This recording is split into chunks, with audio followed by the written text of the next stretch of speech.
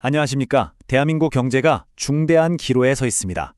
글로벌 변수와 내부 압력이 교차하는 지금, 오늘 심층 분석 보고서를 통해 그 현주소와 미래를 전망해 보겠습니다. 본격적인 분석에 앞서 잠시 안내 말씀드립니다. 저희가 더 깊이 있는 소식을 전해드리는데 구독과 좋아요가 큰 힘이 됩니다. 여러분의 많은 응원 부탁드립니다.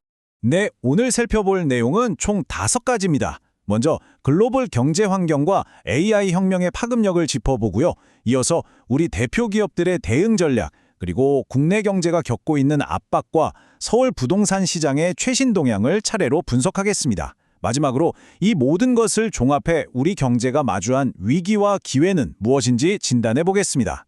자, 그럼 첫 번째 섹션부터 시작하겠습니다. 지금 우리 경제를 둘러싼 외부 환경 정말 만만치가 않습니다. 지정학적 위기부터 기술 패권 경쟁까지 거대한 파도가 밀려오고 있는데요. 구체적으로 어떤 압박이 거세지고 있는지 살펴보겠습니다. 가장 시급한 변수는 바로 중동의 지정학적 리스크입니다. 최근 미국이 이란을 향해 48시간 최후 통첩이라는 추강수를 뒀는데요.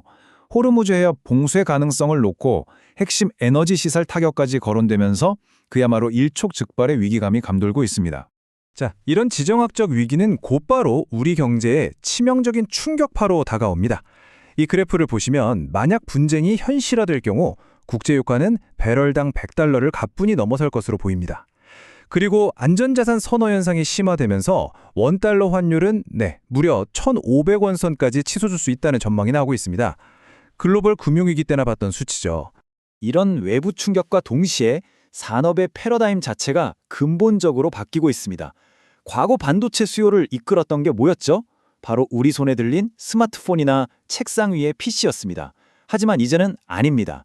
그 수요의 중심이 거대한 AI 데이터 센터로 완전히 이동한 겁니다. 이게 바로 새로운 게임의 룰입니다.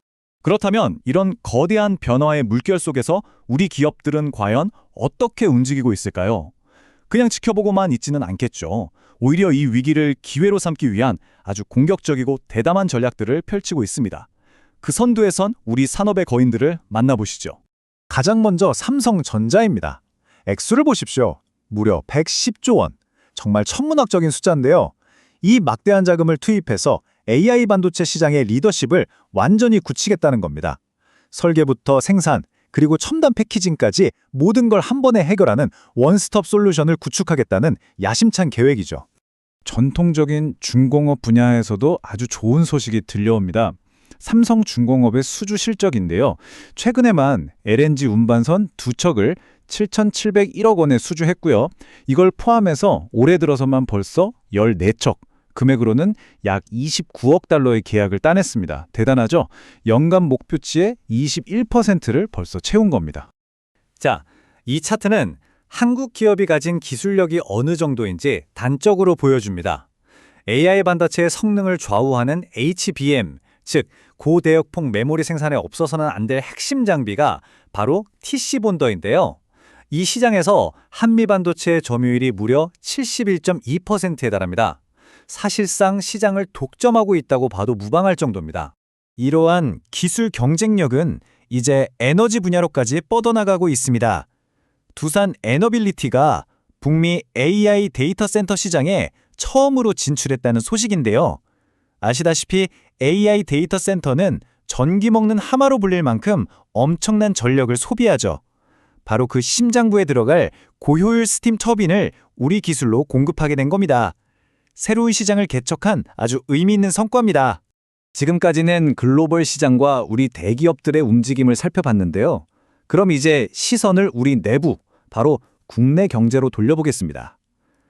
과연 이런 거대한 흐름들이 우리 서민들의 삶과 일자리에는 어떤 영향을 미치고 있을까요? 그 현실을 한번 자세히 들여다보겠습니다. 이 그래프는 한국노동연구원의 보고서인데요. AI가 우리 고용시장에 미치는 영향을 잘 보여줍니다. 좀 충격적이죠? 소프트웨어 개발자처럼 AI 기술에 직접적으로 노출된 소위 말하는 고숙련 일자리는 오히려 고용지수가 85로 뚝 떨어졌습니다. 반면에 서비스직이나 돌봄 노동 같은 상대적으로 저임금 일자리의 고용지수는 105로 오히려 늘어났습니다. 일자리의 양극화가 아주 심각하게 진행되고 있다는 신호입니다. 이런 고용구조의 변화는 특히 자영업자들에게 직격탄이 됐습니다. 지난 1년 동안에만 자그마치 100만 명의 자영업자가 폐업을 헌탁했습니다. 그만큼 버티기가 힘들었다는 뜻이겠죠? 상황은 부채 현황을 보면 더욱 심각합니다.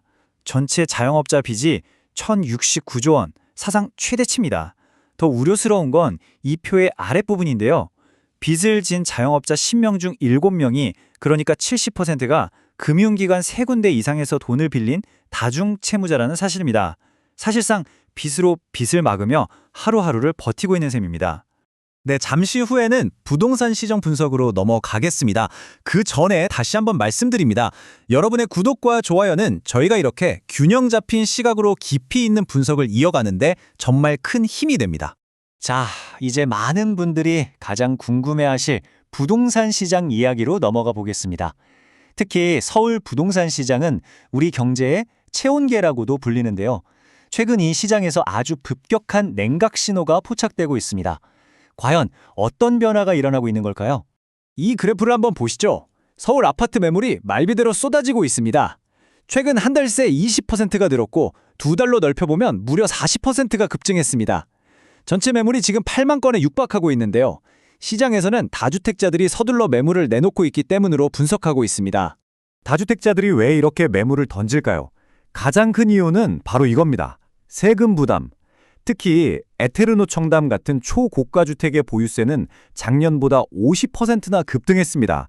1년에 내야 할 세금만 4억 원이 넘는다는 계산이 나옵니다.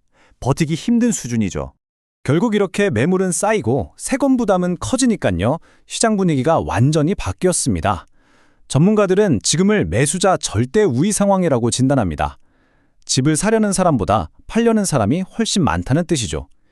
일례로 송파구의 대단지 아파트인 헬리오시티 같은 경우 2주 사이에 호가를 1억 원이나 내렸지만 집을 보러 오는 사람조차 드물다고 합니다.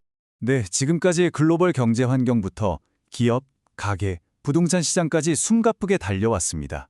이제 마지막으로 이 모든 조각들을 맞춰서 지금 대한민국 경제가 서 있는 위치를 종합적으로 진단하고 앞으로의 길을 조망해보면서 보고서를 마무리하겠습니다. 현재 우리 경제는 한마디로 이중성을 띠고 있습니다. 한쪽에는 보시는 것처럼 지정학적 리스크, 사상 최대의 부채, 인플레이션, 고용 양극화 같은 거대한 위협들이 도사리고 있습니다. 하지만 다른 한쪽을 보면 AI 반도체 시장을 장악한 기술력, 세계 1위의 조선업과 방위산업 같은 강력한 기회 요인도 분명히 존재합니다. 결국 우리는 중대한 갈림길에 서 있습니다. 전례 없는 변화의 시대. 이 거대한 파도 앞에서 우리가 지금 내리는 선택들이 과연 우리 경제를 위기로 이끌까요? 아니면 새로운 도약의 기회로 만들어낼까요? 바로 이 질문에 대한 답을 찾아야 할 때입니다.